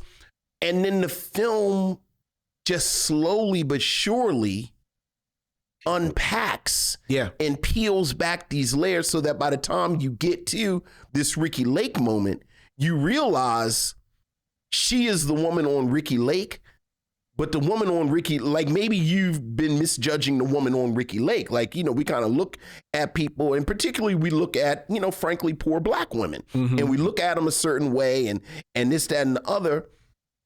But this is this wonderful humanity that you see. And like you said, I love the fact that nothing is really resolved. Right. Because that's it's almost life. like it's going to get worse. Yeah. I feel like they let us off the train before it just fell all the way off the rails. Yeah. Because I do feel like it was going to get worse. Like I see Terry, missing his opportunity to go to college, maybe getting in the streets, and the streets doing what the streets do to people. Maybe she gets on dope. Like it just doesn't feel like this is going anywhere good. Right. And whereas most movies would pick up from where they let us breathe. That's where another film done by, probably MGM and starring, probably Megan Thee Stallion would take from there and move on. You know what I'm saying? And it would be a completely different thing, but it definitely makes you look at women in those circumstances, not just those circumstances, but makes you look at black women so much differently. I don't say that because I have an innate love for black women as a result of watching my mother go through what she had to go through in order to raise me and my sisters. You know what I mean? Right. And you understand why there is a certain armor that they put on Right. to get along in the world that people just deem as it's just too loud, too noisy, too annoying. But my mother had to speak up for me all the time. She had to advocate for me. She couldn't allow herself to be a quiet person. Right. She had, as soon as she saw something going wrong, she had to nip it in the bud because she knew if I let it go for another day, I could lose my kid to the system or whatever is going on, you know? Right. And so that comes across as this pushy black woman, this loud black woman, this woman who's always wanting, you know, and she was on me all the time. Don't go here. You can't be here at this time of night. I don't want to see you with these people, blah, blah, blah. And as a young man, you take it as this woman just never, I want to get as far away from this kind of life. Sure. And then you realize she was doing everything she could to make me, you know, to help me navigate through this world. Right. Now, someone having that much love for a kid that's not even theirs. Right. Yeah. Not even related to him. Right. She just saw this kid and was like, I want somebody to do for him what no one did for me. What no one did for me. Yeah. Yeah. And I don't care if that means I have to lie, steal, cheat. Even Lucky was like, I don't understand why you're doing this mess. Right. Right. Who does this? Right. What poor person chooses to feed another mouth? Right. Mhm. Right. Mhm. Right. Well, and she says it at one point, no matter what happens, I won. Because Yeah. I know that, you know, frankly, even to this point, you had a life that I never had. And Right. and that's why you know, and it's fine. Everybody can have your own point of view if you don't feel like it's it definitely ends in an ambiguous state, right? Mhm. But I feel heartened for Terry going forward. One, because of where she put him, you know, beg, borrow, and steal to put him in that place. But also, I think that, and it's funny because you bring up Lucky. Lucky gives a line like, "What do two criminals know about raising Crooks know about raising a child?" Yeah. Yeah. And yet, the other outstanding part about this movie is that this movie allows this black man of the streets and this black boy, you know, growing up, or young man, to be fully formed characters in themselves and embrace their own vulnerabilities, their own faults. Like I love that it, and especially like you said, like in Lesser Hands, there are some scenes with Lucky because Lucky gets sick in the movie, and then spends a portion in the hospital. And there are scenes where that would have taken place on his deathbed. Right. But no, he definitely has a come into quote unquote Jesus moment, but it feels 100% authentic because it's in the midst of his transitioning. And it's in the midst of him going through this catharsis of his life. And mind you, this is a man who, you learn, has gotten out of prison and states when he gets out of prison, I'm not going back. That's right. And despite what you may think of him and how he's living in the streets, did not go back to prison. Look, I go back. Was adamant about not going back to prison. And you know, saying what he said about Inez, Tiana Taylor's position in Terry's life, staked his own place in Terry's life and tried to, as much as he could, stand tall there for that boy. Look, it's a moment where Terry is on the date and he kind of shifts Shorty on the other side and says, "This is for your protection," mirroring what his father did. What his father told him at the very beginning. And I was like, here it is right there. Lucky did what he was supposed to do. Exactly. Like, if you are a man raising a boy, you raising that boy to be a man. And Lucky did what he was supposed to do. And that boy as a man, you know, because of the way that Lucky and Inez raised him, and the dialogue that they always had between them, because there was no, like, she didn't mince any words, like she, you know, the F-bombs, the S-bombs, all the bombs were right there for Terry from 6 to 17. I said, oh, maybe I should put my earbuds on. I don't know if this needs to be playing out loud. Like she did not let, but she had real real conversation with him. And because of that, you know, when it comes to a point, because he's fighting and he's a young boy who's dealt with loss, you know, and he's always wondering, looking over his shoulder, you know, I'm not supposed to be who I am. So he's a little bit unsure. But because of the environment in which they raised him, he is allowed to show his emotions and be very vulnerable right there in front of his parents and say exactly what is on his mind. And I believe because of that, that's why I root for him, because 9 times out of 10, when you are getting caught in the streets, you're running from something. And it's something that you haven't actually faced. You actually haven't dealt with.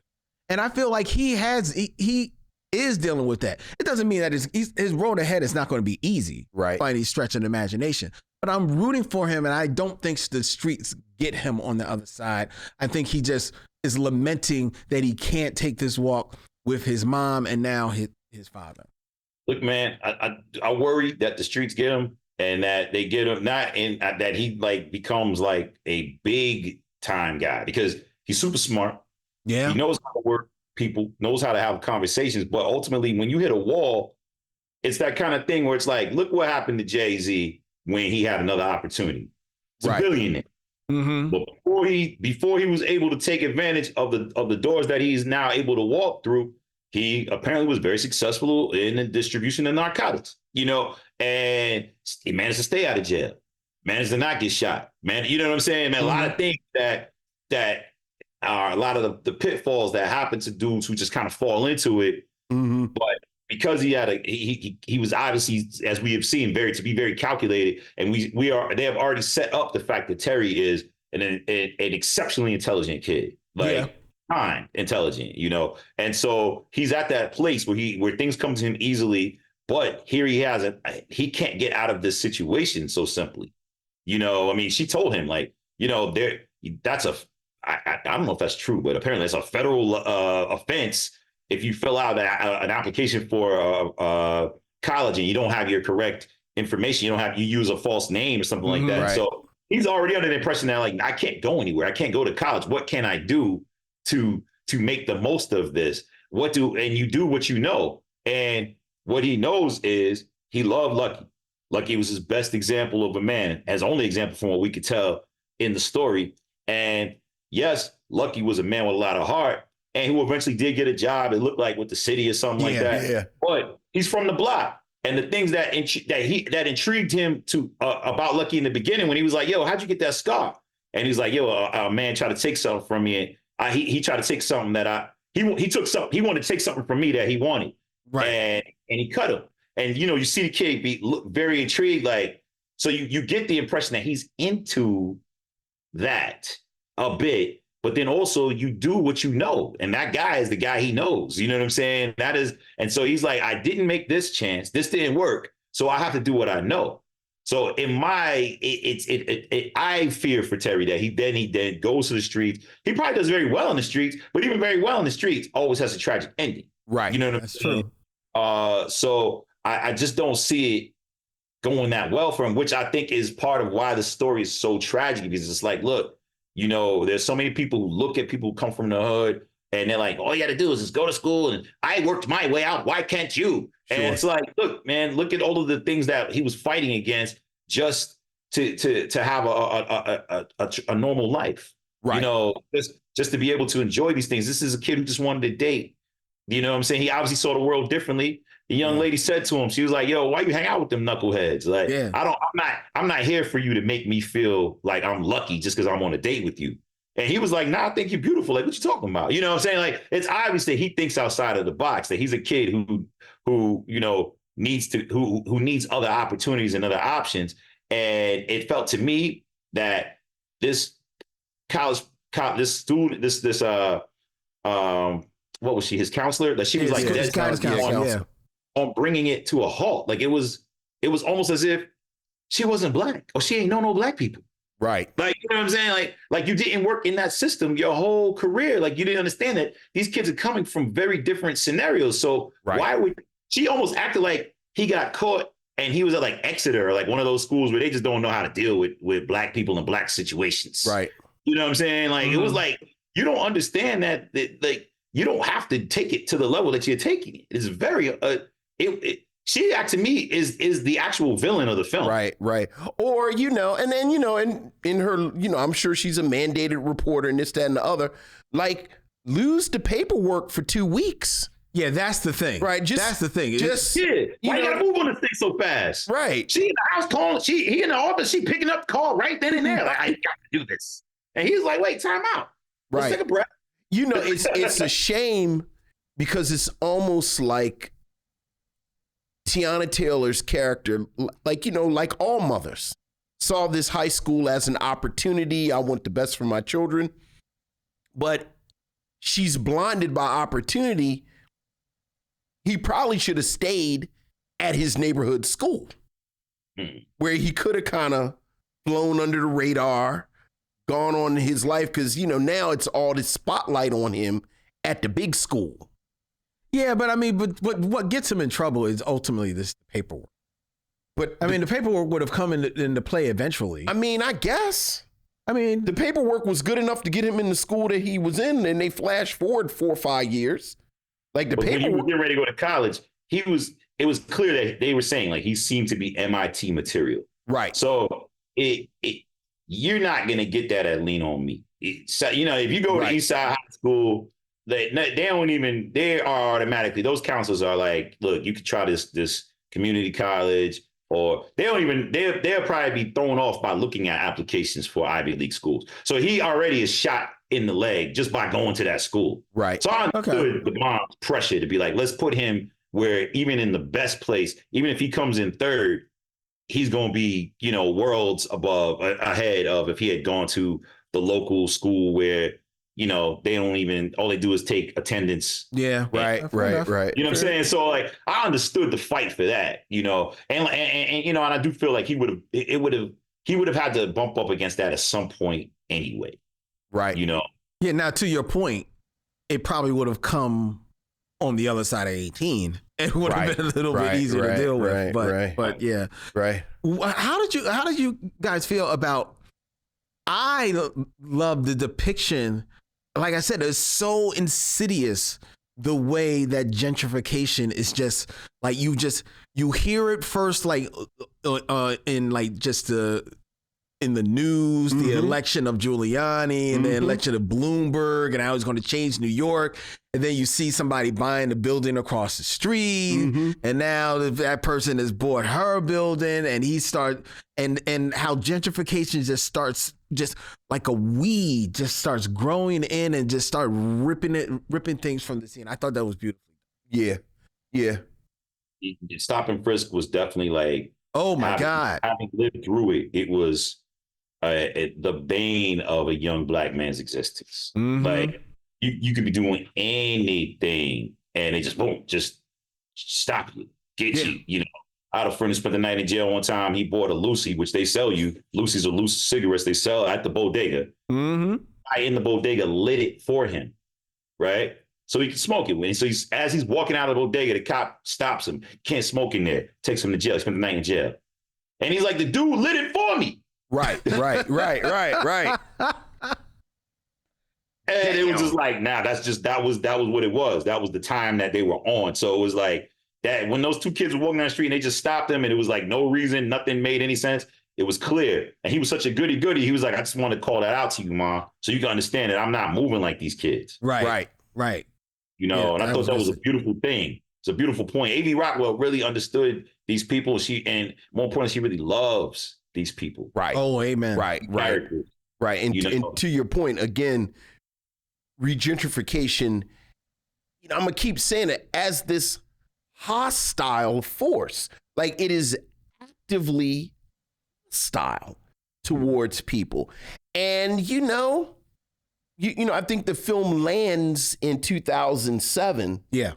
Almost 20 years later, like you see these we live in Philadelphia, got peoples in New York, got people in DC, these kind of cities, and you see again how they've, development has really pushed people out and scattered them.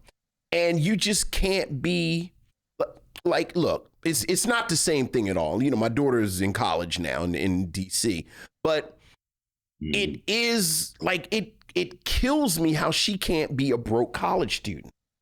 Like, you can't be a broke college student. No. Like, you know, when we were in school, you could get a slice of pizza. Like, it was a place you could get some wings. It was a place, you know, it was a place like Burrito Brothers. You get a big ass burrito and that holds you all day. Like, you can't eat cheap. You can't drink cheap. There's nowhere to go cheap. Like, you know, they talk about these, you know, ain't no third spaces. Like, it is. And this film, I thought, did such a great job capturing the seed of it. And you see it growing. Like that dude sending in the workmen to destroy her apartment. I was like, you know, to your point about A.V. Rockwell knows these people. I said, that's some real, like she knows. Yeah, that's some life experience. Like, this is a real thing that she knows about. That was so slick how he did it, but you know of it happening all over every ghetto in America, that they decide that this is a new, anywhere where white people find some oil, that's where they're going to sit down. And, you know what I'm saying? Yeah, like, and so that was it. They're like, there's some gold in these here hills. We going to go get these natives out of here. Look. And, you know, post up. And that it's done in such a, like you said, in an insidious manner where it's just like, this is unfathomable, but it happened all over. You know, Harlem, it happened in Brooklyn. We're watching it in the Bronx right now. You know, it's everywhere. New York is not the old New York. And there's so many ways in which that's a good thing. But that's not the old New York. You know, I enjoy not having to worry as much about getting stabbed. You know what I'm saying? Right. However, the flip side of that comes with people telling you, you know, I don't want you walking your dog on this street. You know, this is a no dog street. How about that? What? Yeah. What? So, you know, it comes with things. You know, one of the things that, like we said with A.V., the A.V. Rockwell and her understanding of these characters and her love and care for these characters. You know, as an actor, when I meet with directors about projects, my first question for them is always, why are you doing this? Why you want to tell this story? Why is this the story you want to tell?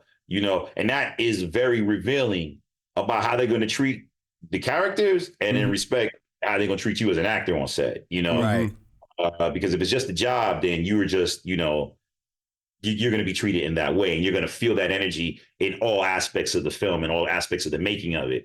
But if it's somebody who she feels very closely connected to and all of that, like it's an honor to tell those stories for people, you know, to help them get those stories out. And she just really, I mean, it wasn't a single false note played by Tiana Taylor's acting. It wasn't a single moment where I was like, oh, okay, she faked that one, but who cares? Everything just felt so great, just so on the money and so painful, because you almost you almost don't realize the fact that what she did is essentially kidnapping. You know, right. That's why she was so nervous when she bought the paper in the beginning. When she was like, "You got anything about the kid who got snatched up in Brooklyn?" And the bodega guy was like, "I don't know what you even talking about, lady." Like, right. Like, yeah, you know. But she was making sure, she was checking the temperature to see, you know, what's going on. But we all know if a black child gets snatched, nobody care. Right. Well, I love that she hid, like she ran from Brooklyn and hid in Harlem. Yeah. Well, you know, that's cool. That's what it's just do. It's a whole nother world. Hey man, I got family in Queens. I got a cousin who live in the Bronx. We ain't seen him since probably 97, but we know he's up there. I was just about to say, that's some real New York stuff too. Like, you talk to people from Brooklyn, they act like the Bronx is a field trip. Yeah. Hey man, till I turned 20-something years old, I have been to the Bronx maybe 4 times, and two of them was to go to the zoo on a school trip. It must have the Bronx is a long train ride, man, and that's a long way to run home. It's a long train ride. New Yorkers. It's a long subway train ride. Yeah, oh, yeah. This is not Amtrak, ladies and gentlemen, we're talking about. I mean, Might as well be. Might as well be. It's a long ride, she said that job in Queens was 2 hours. I was like, that is kind of far. Yeah, I was feeling on that. Yeah, but you heard what Mama said, like, you young kids. Yeah. Right. Because y'all don't know. Get up. That means you got to get up at 5 o'clock. That's right. Be there on time. Shoot. That's what that means. All right. Well, Dorian, 1001, 2023. You said it was your favorite film of 2023. Mm-hmm. Yeah, I think I had 2 movies come out that year, so that's almost blasphemy. Yeah. And I was proud of the films, so I'm not even down in my films. I thought I was some good movies, but like that was. Yeah. It's funny when we were casting things. I thought Dorian was going to say, I mean, I think I'd be great in that. Oh yeah. I was waiting for that. I did see that script, but I was shooting the burial when I saw the script. Yeah. You know, it's funny you talk about the films that you were in. One of the interesting notes about the 5 Heartbeats that came up at our screening was that the film was shot in reverse order. Is that correct? Yeah. Right. It was shot in reverse order specifically because Robert Townsend, ladies and gentlemen, wanted at the end of the film where everybody's got their afros and stuff like that. He didn't want to have to deal with wigs. Right, he didn't want wigs. He wanted everybody to have their own, it was their own hair. And everybody had their own hair except John Canada Terrell, Yes. who was always going to have a I slick mean, back. always. Always going to have a slick back. Yeah. But everybody had their own afros, right? Because he did not want to deal with wigs. Mm-hmm. I know where you're going. Speaking of wigs, Vincent, Yes. have you taken time yet to sit down with Netflix Shirley? Yes. Starring Regina King. I have.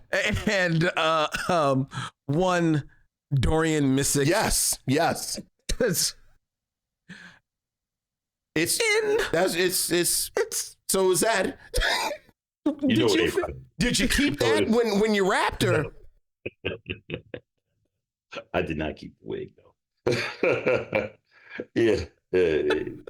Wigs are tough, man. You know what I'm saying? It's tough. I look at myself and I'm like, I don't look like me. That must be a good thing. You know what I'm saying? Like, It's like, whoa, that brother is acting. there was a review where they mentioned the wig. And I was kind of interested. It was like, he did a great job, even though he had to fight against his wig. And I was like, that's cold-blooded. Dorian said, y'all got me for 2 scenes. That's it. I'm not leaving this room. That's it. I was like, okay, interesting. Yeah. There's a choice. All Hey, right. man, look, my favorite kind of actor, a working one. So I was like, hey, man, wear your wig, do your thing, brother. Do your thing. Omar doesn't have these problems. I just want to point this out. Hey, You must be see. did you see Django Unchained? Okay, that was okay. All right. He's got a little bit more stroke now. I said it before. There was a wig issue. I remember he said to me specifically, he complained about a wig, and I can't remember what movie it was in because I don't want to be bashing hair people. But it was something that he said it was a wig that people constantly got at him about, and I don't remember what movie it was. It may have been Django. Look, I've said it before. I think I said it when y'all were on before. That getup he had in Django, my wife said, that's your boy. And I said, who? And she said, Omar. Now, I only know one actor named Omar. I said, Omar who? Right. Because I did not recognize him at all in that getup. And I said, much like with you, I said, well, that brother is acting. Brother is acting. Yo, that was his. They cut his hair to look like that too. And the reason why I remember it so well is because that was the same year when Simone and I got married, and Omar was in my wedding, and he's the one brother in the wedding with a hat on.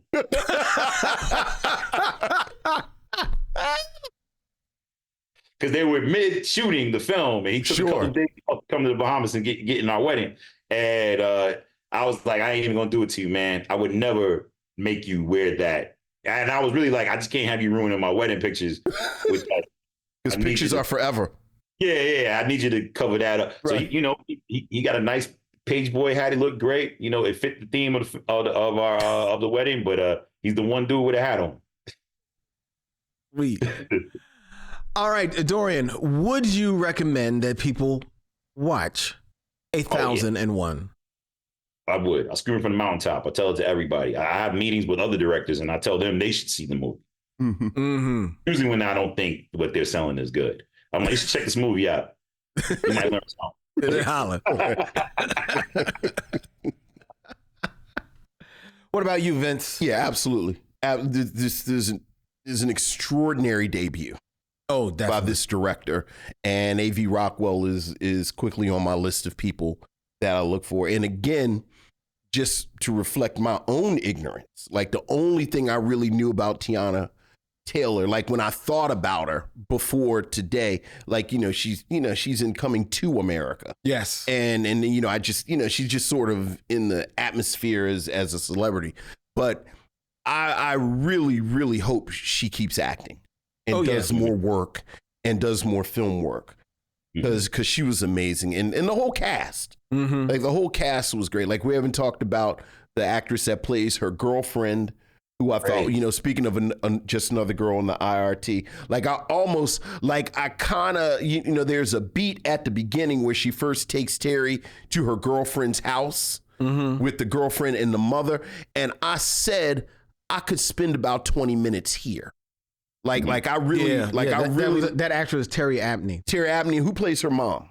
Her mother is played by Delisa Reynolds. I loved all three of them together. Like when she landed at the end on Black women are the only people that help Black women, and even then the shit gets messy. That could have been a movie. Yeah. So, I love their performances. I love the performances of all the principals that we've talked about. I thought it was shot well. The story, like it was an actual story. So yeah, just masterpiece. Absolutely. Yeah. And it's funny, you brought up Just Another Girl on the IRT, and I was watching this film, and I think maybe it's partly because of how Tiana is dressed for most of the movie as well. This is almost like, the 21st century Just Another Girl on the IRT. I was feeling that as I was watching this film. So yeah, I would absolutely absolutely recommend this. And in fact, I planned on introducing this to my sisters, and we were supposed to be spending some time this weekend. Sure. So, they always just like, well, what are we going to watch, movie man? So this is what we're going to sit and watch. It's not a light film. I don't know if I'd show it this weekend at the cookout. Well, it's not a cookout. We're just getting together. No, it's not the cookout movie. It's a heavy movie. All right. Yeah, you can kind of shake that one off. Yeah, like watch it during the day so you can get some drinks at night. Well, that's what we're going to be doing. We're just going to be sitting around, but I think it's a movie. I think it's a movie. You know what? I think it's a movie worth watching, not the cookout. Right. But sitting around like we're going to, I think the conversations that this movie will engender about Black women, about Black men, about the systems and all of the systems and systemic racism that is on display in this film.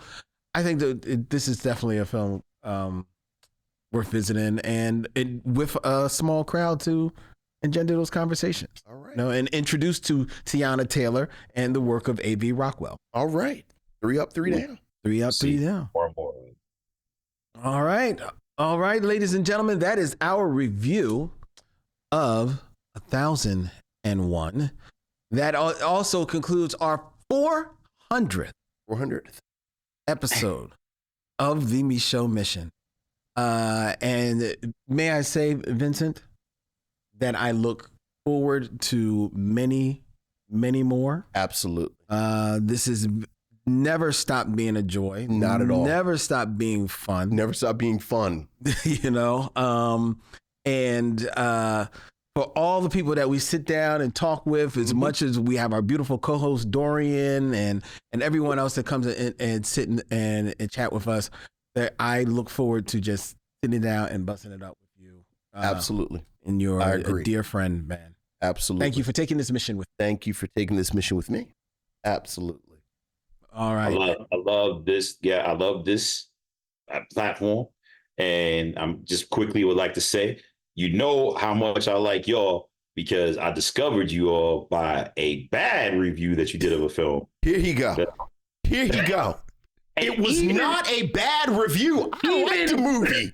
You did. I give it to you. You liked it. Right. But even with that, I was like, yo, though, the insight, I like these cats, man. I want to hear more of what they have to say about films. And I think I even said after I was a guest on here for the first time, I said, I love being on the show, but I really love it more when it's just y'all talking. I feel like, I prefer to hear y'all. You know what I'm saying? So I'm thankful that you give me this opportunity to come in and eavesdrop on your conversation. But, keep doing what you're doing, man. I'm really proud of y'all. This is incredible.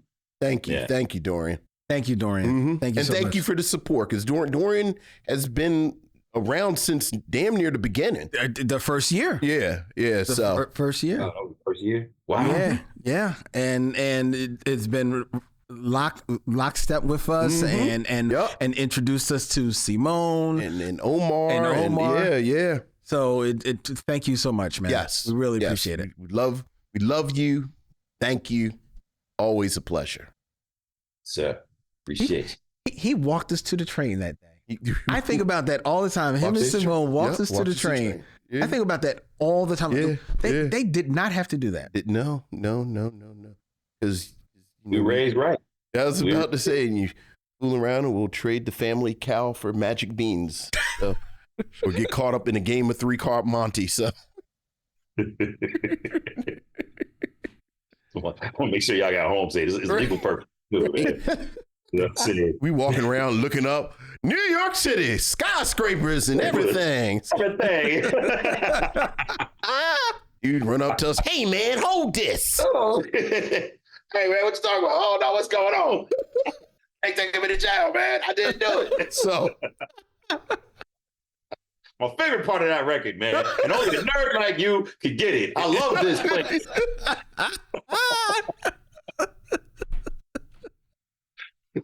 Oh boy! I knew I belonged here.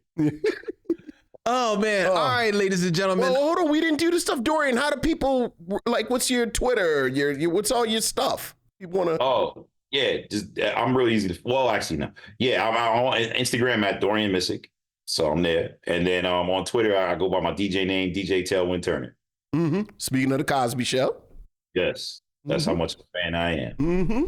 Yes, check Dorian out on Instagram, ladies and gentlemen. I call him Mr. Fashion because every time he pops up on my Instagram, it's just him just standing in another pose, all decked, flying out. A lot of heavy press these last couple of months, man. So I was like, this is the best I'm going to look. So I'm going to post, and then I'll away. You looking good though, brother. Mm-hmm. You looking smooth. Keep doing what you're doing, man. Keep doing it, most definitely. All right, before we tell you what's happening next week on the Micheaux Mission, we invite you to send us all of your feedback. Email us at themicheauxmission@gmail.com. That's MICHEAUXMISSION@gmail.com. You can also find us at Micheaux Mission on all the social media of your choice, whether it be Twitter, Instagram, or Facebook. Subscribe, hit that bell on YouTube. Become a follower of the Micheaux Mission so you can be notified when we go live, when we put up our shorts, when we put up our edited videos. We got lots more stuff coming your way. The Micheaux Mission is also a proud member of The Podglomerate, thepodglomerate.com. They make podcasts work, such as ours, with streams live every Tuesday night at 7 p.m. from YUNKJunk, Philadelphia's premier video podcast palace. You can email Dylan at YUNKJunk.com and grab yourself a Dylan and book yourself in one of the fabulous rooms that they have here. Dylan, I hooked you up with a client this weekend, didn't I, my bro? Yes, I did. So get in. The rooms are getting filled here at YUNKJunk, ladies and gentlemen. All right. Next week, here on the Micheaux Mission, there will be no mission. We are going to take the week off because it's our 400th. So we're going to take some time off. We're only taking 1 week off, though, ladies and gentlemen, and we will be returning on July 2nd, and we will be returning with a very special program that you have been clamoring for years. Vincent and I will finally return to the world of Spock adjacent and give you our full retrospective review of Star Trek Discovery, as it is ended after 5 seasons. It's ended after 5 seasons. We will now give you the full series review, the full Spock adjacent treatment here live from YUNKJunk on Tuesday, July 2nd. So stay tuned for that. Okay? Okay. All right, George? Okay. All right. Until then, he's Vincent. I'm Len. That's Dorian. And in parting, we say, We'll see you when it's time to meet again. YUNKJunk!